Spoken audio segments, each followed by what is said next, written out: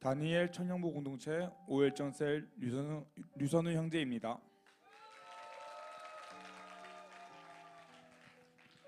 저는 이번 겨울 필리핀 아웃리치가 두 번째 아웃리치입니다.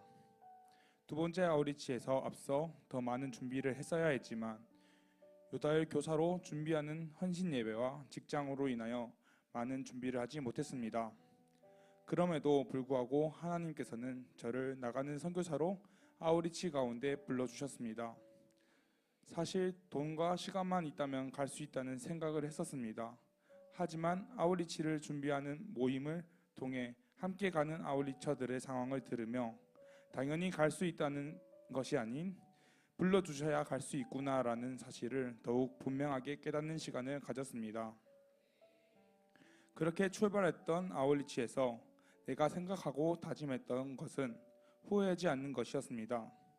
나의 돈과 시간을 쏟으며 누군가는 가고 싶었지만 보내는 선교사로 보내는 모습을 보며 컨디션이 받쳐주지 않음에도 아웃리처로 나아가는 모습을 보면서 이것은 축복이며 내가 누리고 오지 않는다면 교회에 먹칠하는 일이며 많은 이들에게 부끄러운 일이라 생각하며 후회 없이 다녀오자는 생각을 하였습니다. 아웃리치를 가는 일에도 분명 회사에도 위험하다는 이유로 눈치를 주시던 분이 계셨습니다. 다음 여름 아웃치에는 잠시 쉬고 겨울을 준비해야겠다는 생각이 들었고 하지만 하나님께서는 저의 이러한 생각을 모두 바꾸어 주셨습니다. 아웃리치 첫 예배에서부터 주시는 하나님의 은혜는 내가 무조건 다음 여름 아웃리치를 신청해야겠다. 신청하지 않는다면 내가 정말 후회할 것이라는 생각을 주었고 이전 나의 생각을 모두 무너뜨리는 기쁨으로 예배로 나갈 수 있었습니다. 첫 예배부터 말씀은 우리가 예수님이 아이콘이라는 말씀 가운데 나라는 아이콘에서 예수 그리스도가 나와야 한다는 말씀을 붙들며 백지 전도를 나아갔습니다. 나아가는 백지 전도에서는 내가 우리 팀의 누구보다 먼저 복음을 전하고 싶다라는 마음이 나를 감싸 안았고 바로 앞 차 안에 있던 아이들을 찾아가 백지 전도를 시작하였습니다. 그 아이들의 표정은 나에게 용기와 희망을 주었고 복음을 전하는 것에 대한 기쁨을 다시 회복하는 것만 같았습니다. 하지만 그 골목 안쪽으로 가보니 상황은 많이 달랐습니다.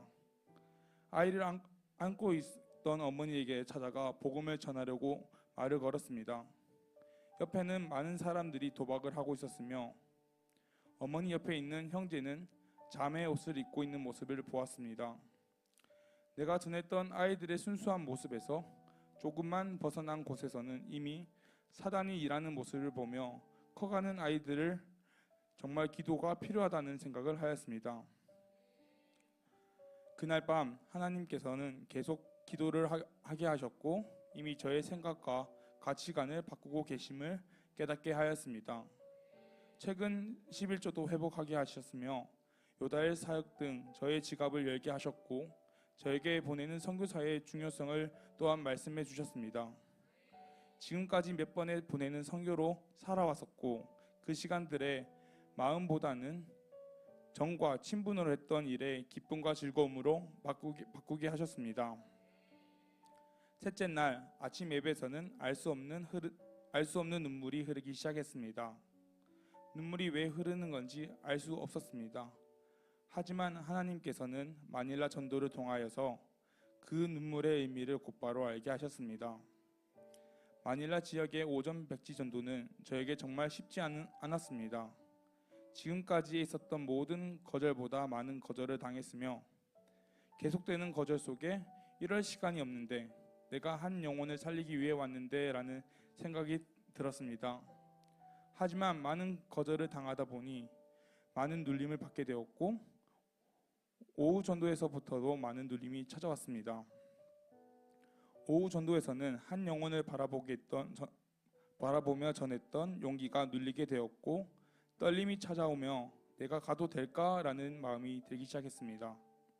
그때 하나님께서는 그 눈물을 기억하게 하시며 두려운 마음이 찾아온 저를 내버려 두지 않으셨고 아이들을 보내어 함께 행복 모임을 하게 하셨습니다. 내가 복음을 전한 아이들이 나를 브라더라 부르며 함께 따라왔습니다. 그 가운데 하나님께서는 제 마음을 두려움이 아닌 은혜와 사랑으로 채워주셨습니다. 그와 함께 선우야, 이 아이들을 위해 눈물로 기도해라는 마음을 주셨습니다. 행복 모임을 하며 누구보다 열정적으로 찬양하기 시작했습니다. 율동도 많이 틀렸습니다. 하지만 그 누구보다 다윗처럼 찬양하기 원했던 저는 아이들 속으로 들어가 함께 찬양하며 즐기기 시작했습니다. 그런 아이들과 함께 찬양하는 것이 너무 행복했습니다. 그런 마음에 선교사님들이 부럽게 느껴지기 시작했습니다. 두려움에 눌려있던 제게 하나님께서는 선교에 대한 마음을 부어주셨습니다.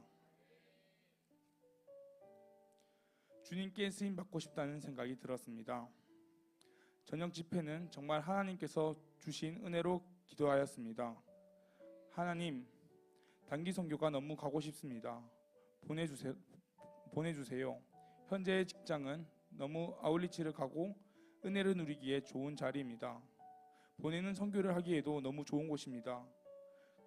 그렇기에 휴직의 기회를 주세요. 막혀있는 휴직의 길을 열어주세요. 하나님의 기회의 시간을 열어주셔서 기도하였습니다. 그 응답이 하나님께서 저를 보내실 때인 줄 믿고 기도하게 되었습니다. 원래 찬양과 말씀에 큰 은혜를 받았던 저였습니다. 찬양이 넘칠 때 더 크게 기도하였고 말씀의 은혜 받을 때 더 뜨겁게 기도했던 저의 모습이었습니다.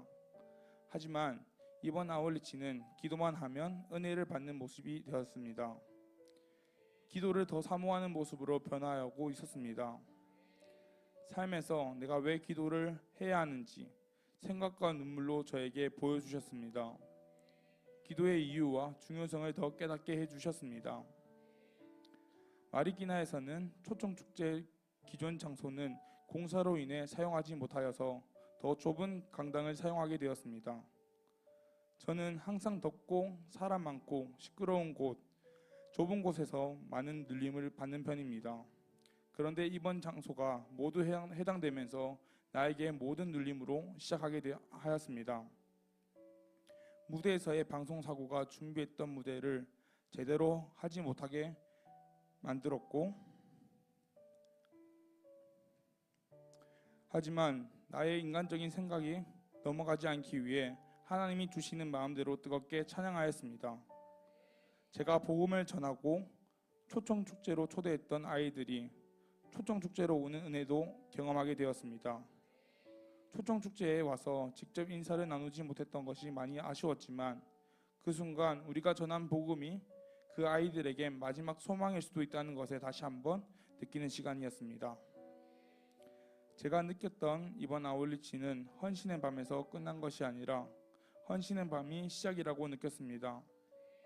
다른 누군가는 이 땅에 소망이 없다고 생각할 수 있다라는 모습에서 선교지가 얼마나 치열한 영적 전쟁터인지 다시 한번 생각해 보았습니다.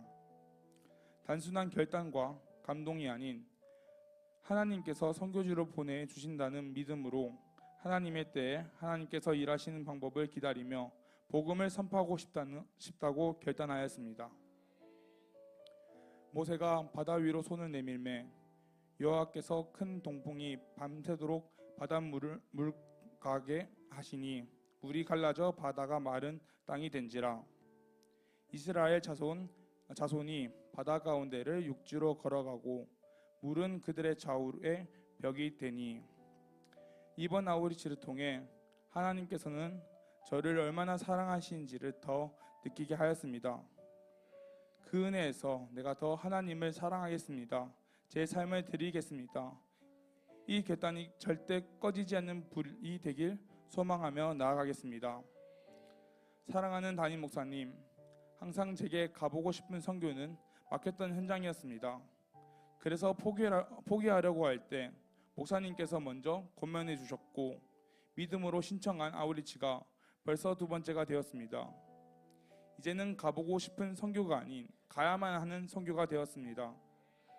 목사님, 선교의 사랑을 느낄 수 있도록 권하여 주시고 우리 공동체를 이끌어 주셔서 너무 감사드립니다.